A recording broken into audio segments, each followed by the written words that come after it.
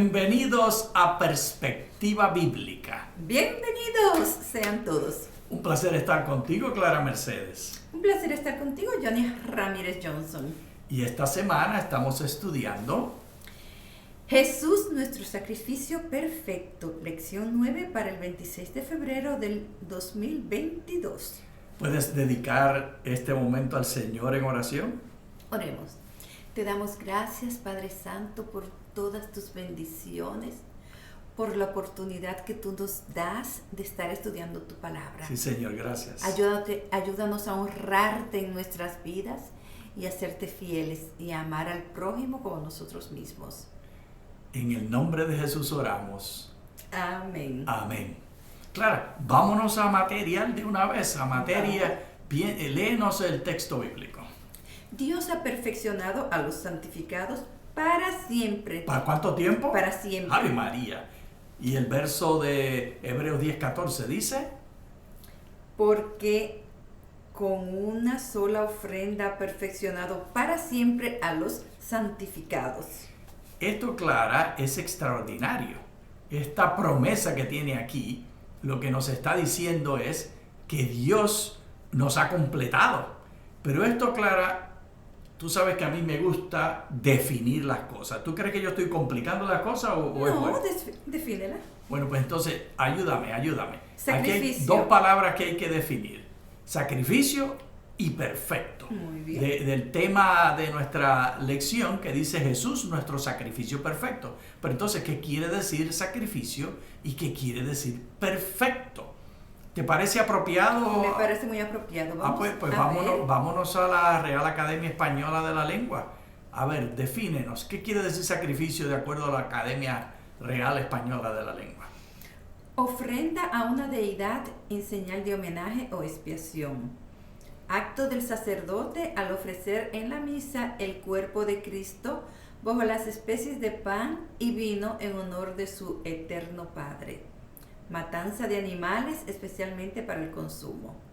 Matanza de personas, especialmente en una guerra o por una determinada causa, como la revolución supuso el sacrificio de miles de vidas. Peligro o trabajo graves a que se somete una persona. Acción a que alguien se sujeta con una repugnancia por consideraciones que a ello le mueven. Acto de abnegación inspirado por la vehemencia del amor. Y operación quirúrgica muy cruenta y peligrosa, sacrificio del altar. Entonces, Clara Mercedes, estas ideas que acabamos de leer de esta definición, ¿apuntan sobre algo que nosotros hacemos, que Cristo hace? ¿Cómo es la cosa? Sí, porque la palabra sacrificio entonces es lo que Cristo hizo, expiación es lo que yo recibo. ¿Qué es lo que es perfecto? Vamos al versículo próximo de nuestro estudio para hoy. Levítico 1. Pondrá su mano sobre la cabeza de la víctima, la cual será aceptada para hacer expiación por él. Así que el sacrificio tiene que ver con expiación. Y la expiación, aquí la presentan de manera gráfica, cuando el ofrendador trae un animal y pone las manos sobre él y transfiere los pecados de la persona, de la familia, al animal. Léete en el capítulo 4, ¿qué es expiación? Hará con este novillo como hizo con el novillo del sacrificio por el pecado. Lo mismo hará con él. Así el sacerdote hará expiación por ellos y serán perdonados. Así que esta expiación es algo que hace que los convierte en perfectos, que les quita los problemas que tienen. Y en el capítulo 23. El Señor habló a Moisés diciendo: el 10 de este mes séptimo será el día de la expiación. Tendrán asamblea sagrada, se humillarán a ustedes mismos y presentarán una ofrenda quemada al Señor. Ningún trabajo harán en ese mismo día, porque es el día de la expiación, para hacer expiación por ustedes delante del Señor su Dios. Entonces, esto de expiación por ustedes produce mucha confusión, Clara, porque las personas piensan que el sacrificio que se hace, que es Jesús el que lo hace, entonces nosotros tenemos que hacer algo también.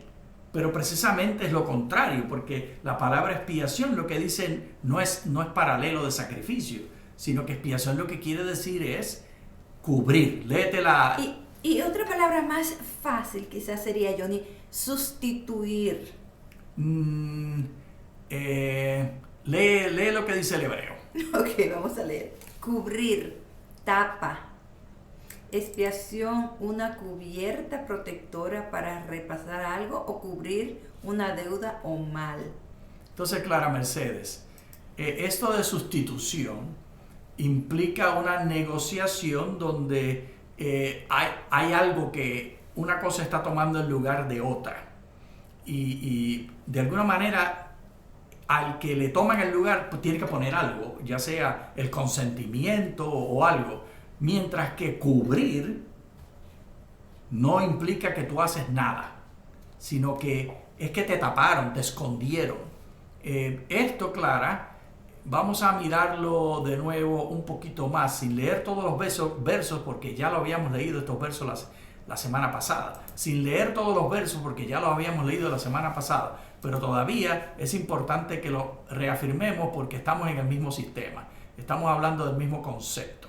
Entonces, ¿cuál es el punto número 1? ¿Dónde comienza el problema? El pecador. Y ese somos tú y yo, y es la familia. Entonces, la sangre es el vehículo para traer la expiación que vamos a recibir. Y esto se lleva al animal, poniéndole las manos. Y entonces a través de la sangre entra al santuario. Y a través de la sangre entra al lugar santísimo. Y una vez al año, a través del sacerdote sin sacrificio, sale de allí la gran cobertura de Yom Kippur, el día de Yom Kippur. Y se lo ponen al macho cabrío que no muere y deshace el pecado. Entonces no puede ser ultimadamente sustitución, porque ¿dónde termina, Clara? ¿Dónde termina el pecado? De estos 7 pasos, ¿dónde termina? ¿Cuál es el número 7, nena? El macho cabrío del desierto. ¿Muere el macho cabrío? No. Entonces no es sustitución.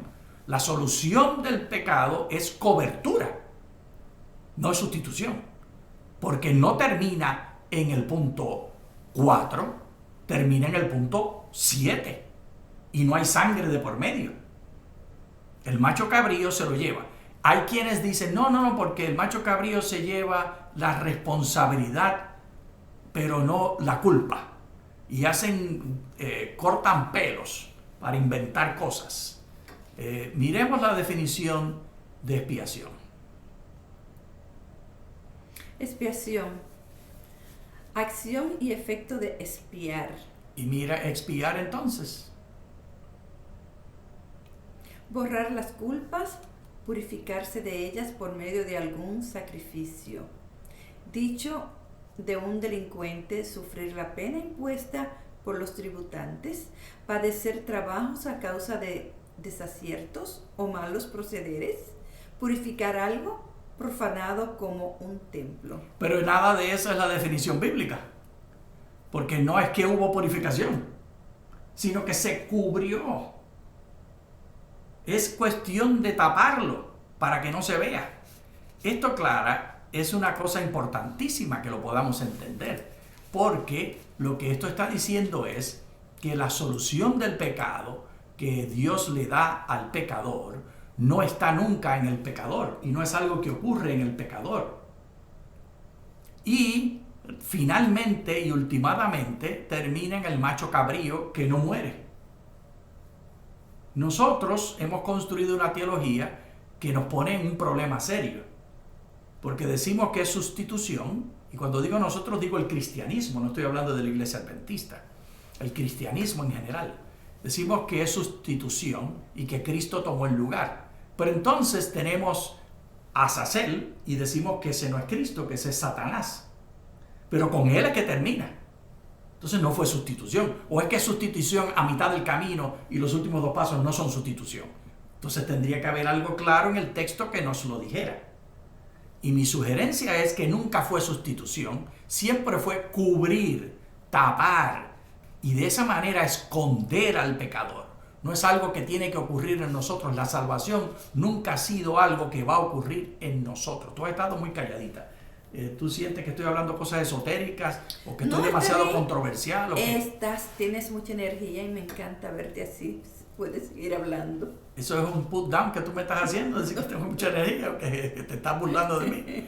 Entonces, vamos a leer las Sagradas Escrituras. Pues según la ley, casi todo es purificado con sangre y sin derramamiento de sangre no hay perdón. Entonces, termina todo el proceso sin derramamiento de sangre. Y es la manera en que se limpia el santuario. Y no hay nada que indique allí, porque la palabra que usa es expiación para todas las acciones. Así que, ¿cuál es el problema? Sigue leyendo.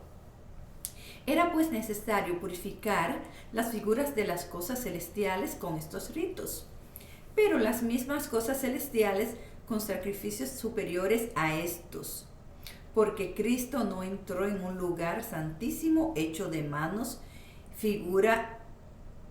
Déjame poner los lentes, espérate. Hace rato que te quería decir eso y me estaba aguantando, porque varias palabras las saltaste y leíste otra. Porque Cristo no entró en un lugar santísimo hecho de manos, figura del verdadero, sino en el cielo mismo, para representarse ahora delante de Dios a vuestro favor. Tampoco entró para ofrecerse muchas veces a sí mismo, como entra cada año el sumo sacerdote en el lugar santísimo con sangre ajena. De otra manera, le habría sido necesario padecer muchas veces desde la fundación del mundo.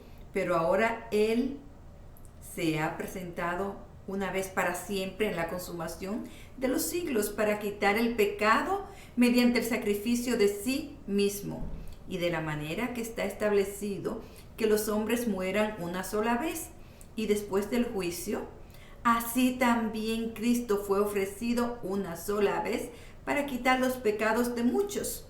La segunda vez, ya sin relación con el pecado, aparecerá para salvación a los que lo esperan. La segunda venida de Cristo. Ven, Señor Jesús. Ven, Señor Jesús. Terminemos todos estos diálogos de qué quiere decir salvación y qué quiere decir expiación cuando ya estemos contigo. Ven, Señor Jesús, es mi deseo. Pero mientras estamos allá, perspectiva bíblica, mientras no estamos allá, perspectiva bíblica me da la responsabilidad de que razonemos estas cosas claras.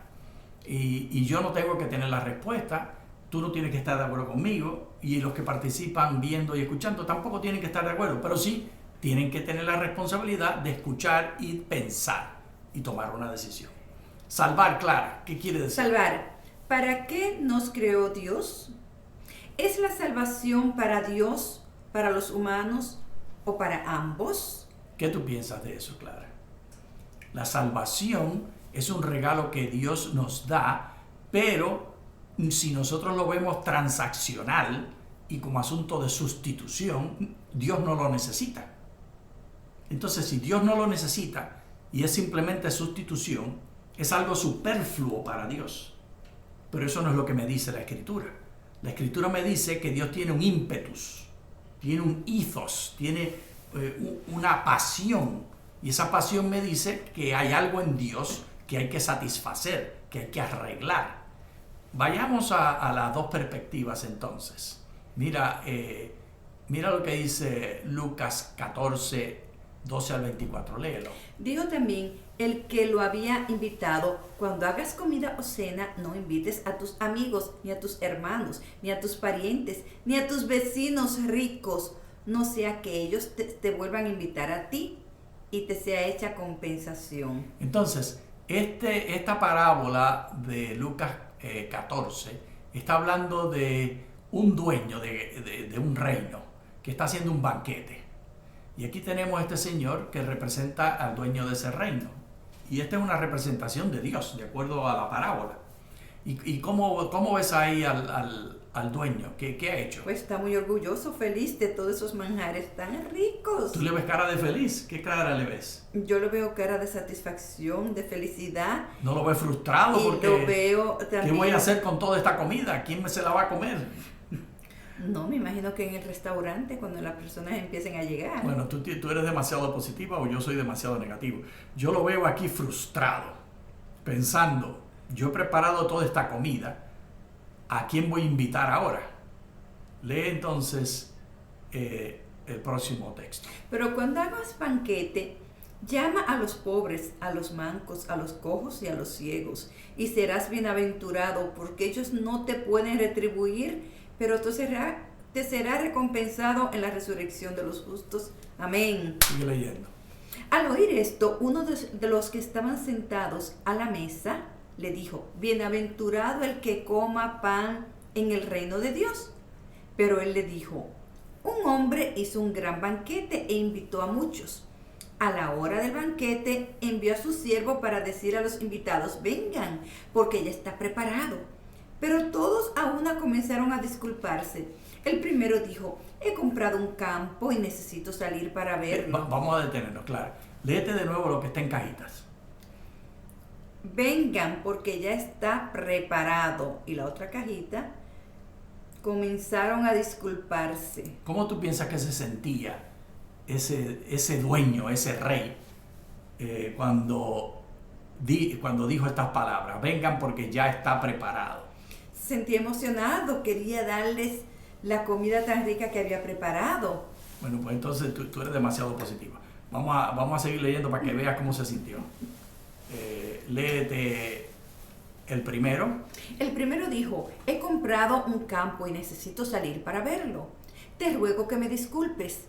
El otro dijo: he comprado 5 yuntas de bueyes y voy a probarlos. Te ruego que me disculpes. El otro dijo: acabo de casarme y por lo tanto no puedo ir. Cuando volvió el siervo, hizo saber estas cosas a su señor. Entonces él se enojó, el dueño de la casa, y dijo a su siervo: ve pronto a las plazas y a las calles de la ciudad y trae acá a los pobres, a los mancos, a los ciegos y a los cojos. Luego dijo el siervo: Señor, se ha hecho lo que mandaste y aún queda lugar.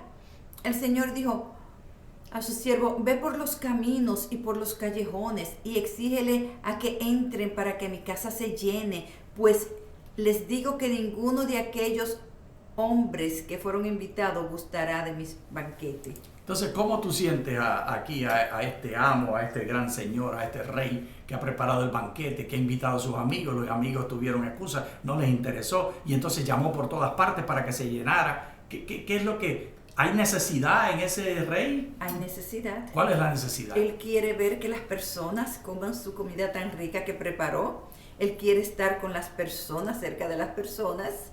Y esa es la manera A de las dos opciones. Ahora vamos a decir la B, la manera A de visualizar a Dios. Dios es como ese señor que quiere que se coman su comida, que quiere verle el gozo a la gente. Entonces, la razón de la expiación y de cubrir los pecados de la gente no es porque Dios tenga necesidad de que tú seas un ente moral, sino que Dios lo que necesita es que tú aceptes para entrar al banquete. Porque Él está ansioso de que su comida no se pierda, de que vengamos y estemos con Él, de que tengamos... compartamos con Él, que pasamos momentos juntos, como los padres quieren estar con sus hijos. Exacto. Especialmente cuando los hijos ya se han ido de la casa. Entonces, regresan con los nietos. La idea de sustitución pone a Dios sirviendo a la ley. La ley dice que no puede vivir a menos que se pague por el pecado. Pero el Dios de la Biblia y el Dios de esta parábola lo que está interesado es en que la gente venga. Y está tan interesado en que la gente venga que los de calidad la gente importante que le dijo que no, él dice: pero a mí no me importa lo que sean. Y entonces manda a buscar a todos los que no sirven para nada. Eso es lo que está presentándonos la parábola. A mí no me importa quién es el que se siente, pero yo quiero que se llene la casa y se coman toda la comida. Inclusive dice, mira... A los caminos, sí, pero a los forasteros, en los callejones. Mira esta palabrita aquí.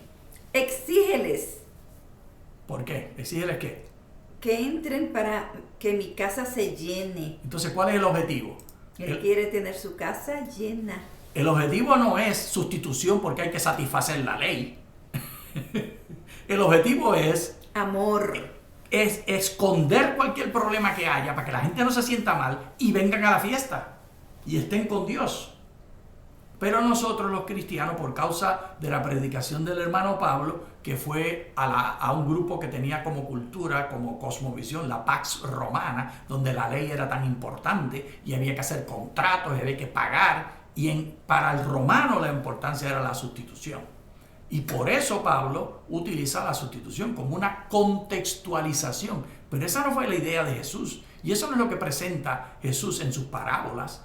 Ay, sí, el pecado es malo. Pero el pecado es malo primordialmente porque le hace daño al pecador, Clara Mercedes. Es un asunto de calidad de vida. Clara, yo soy un fariseo. Yo procuro ser vegetariano. De hecho, soy vegetariano. Lo que dije era procuro, debí decir vegano. Pero las excepciones que hago son queso y también hago excepción con el helado, que son productos de leche, y así que no soy vegano por eso. Y también me tomo las cápsulas de pescado de omega 3, 6 y 9. Y de esa manera, pues entonces soy pisco vegetariano o pisco vegan. Vegano. No, pero ¿cuál es la otra palabra para lácteo? Pisco vegan lácteo. Pisco es de pescado porque no como el pescado, pero sí me tomo las cápsulas que vienen de la grasa del pescado que tienen los omega. Entonces, esto lo hago, Clara, porque es la mejor manera de vivir para tener mejor calidad de vida con el propósito primordial de aprender de Dios. Por esta razón doblo mis rodillas ante el Padre, de quien toma nombre toda familia en los cielos y en la tierra, a fin de que conforme a las riquezas de su gloria, le conceda ser fortalecidos con poder por su espíritu en el hombre interior, para que Cristo habite en sus corazones por medio de la fe, de modo que, siendo arraigados y fundamentados en amor, ustedes sean plenamente capaces de comprender, junto con todos los santos, cuál es la anchura, la longitud, la altura, la profundidad, y de conocer el amor de Cristo, que sobrepasa todo conocimiento, para que así sean llenos de toda plenitud de Dios. Y entonces, ¿a qué nos está exhortando el apóstol Pablo? A que seamos éticos, perfectos, morales y que cumplamos todas las leyes.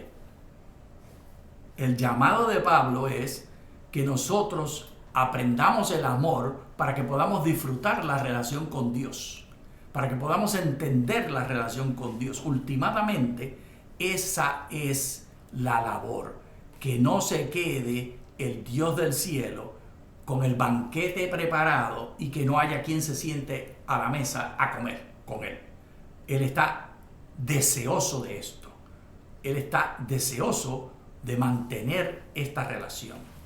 Clara, vamos a volver a eso de Azazel y vamos a leer un poquito aquí. Eso es muy interesante, Azazel. Después degollará como sacrificio por el pecado el macho cabrío que corresponde al pueblo y llevará su sangre detrás del velo, acción por sí mismo, por su familia y por toda la congregación de Israel. Así que, ¿qué está haciendo cuando sale? Todo ese proceso que ha hecho es expiación. Sigue. Claro. Después saldrá al altar que está delante del Señor y hará expiación por él. Tomará parte de la sangre del novillo y de la sangre del macho cabrío y la pondrá sobre los cuernos del altar en su derredor. Así que está haciendo allí expiación. Sigue. Rociará sobre él la sangre 7 veces con su dedito y lo purificará y santificará las impurezas de los hijos de Israel. Cuando haya acabado de hacer expiación por el santuario y por el tabernáculo de reunión y por el altar, hará acercar el macho cabrío vivo. Aarón pondrá sus manos sobre la cabeza del macho cabrío vivo y confesará sobre él todas las iniquidades, las rebeliones y los pecados de los hijos de Israel, poniéndolos así sobre la cabeza del macho cabrío. ¿Qué es lo que puso? ¿Qué es lo que puso? Su mano. Sí, pero a través de sus manos, ¿qué pasó al macho cabrío? las iniquidades, todos los pecados de todos. las rebeliones Todas y los las- pecados, todos de los hijos de Israel. Por lo que Jesús murió de acuerdo en el proceso de sustitución, si sustitución es lo que estamos enseñando, entonces la sustitución no terminó con el sacrificio. La sustitución sigue porque los pecados todavía no se han resuelto. Ahora se los van a poner encima a Azazel, sigue. Poniéndolos así. Sobre la cabeza del macho cabrío. Luego lo enviará al desierto por medio de un hombre designado para ello. Aquel macho cabrío llevará sobre sí a una tierra inhabitada todas las iniquidades de ellos. El hombre encargado dejará ir al macho cabrío por el desierto. Así que, En otras palabras, no muere. El macho cabrío sigue por ahí. no, ese es un magnífico comentario. ¿Muere o no muere? Pues eso nos deja a la interpretación del lector.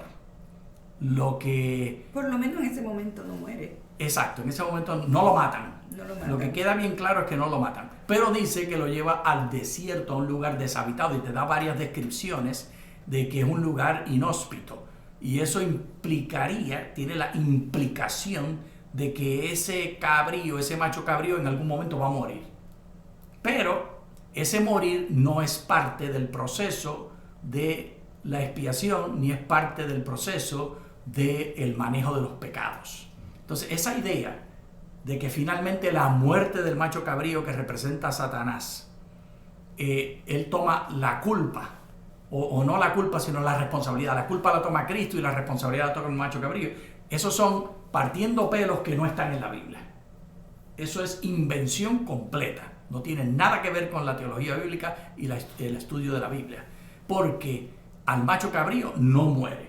Punto. Eso es lo único que podemos decir de esta historia y de esta lectura y de esta enseñanza, es que el macho cabrío no está designado para morir. Pero sí, él es el que termina todos los pecados que supuestamente Jesús había sustituido, pues no los sustituyó también, porque hubo que ponérselos al macho cabrío. Entonces, con la sustitución no se resuelve el problema. Pero si el asunto es esconder, ¿cuál es el mejor lugar para esconder sino un lugar como el que está enfatizado aquí? Mira cómo lo dice. Vuélvete a leer el verso 22. Aquel macho cabrío llevará sobre sí a una tierra inhabitada. Inhabitada. ¿Y qué implica entonces la palabra inhabitado? Que no hay nada viviente, o no se vive ahí, porque el lugar es tan inhabitable que no se puede habitar. Entonces, ahí se esconde de la mejor manera posible. Nadie lo va a encontrar. Y todas las iniquidades de ellos no se van a encontrar. Y eso sí es consistente con Cafar. El propósito de Jesús venir a la tierra no fue para morir, para expiar. Y expiar no quiere decir sustitución. El propósito de Jesús venir a la tierra es llenar la casa de Dios y que el banquete y la mesa esté llena.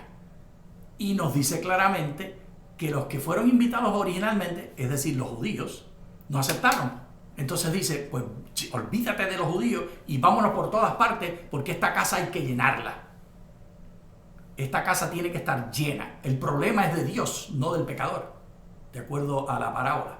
El problema lo tiene el que invita, que tiene comida hecha y un banquete preparado y no tiene quien se siente. No es asunto del pecador que necesita satisfacer las demandas de la ley. Eso se le presentó así a los grecorromanos por causa de la Pax Romana. Es mejor entender a Azazel. La solución es olvidarnos de estos pecados, mándalos para allá, para el desierto, que no sepamos más de ellos. Esa es la manera máxima de cubrirnos de los pecados, que nunca se van a encontrar. Muchas gracias. Muchas gracias.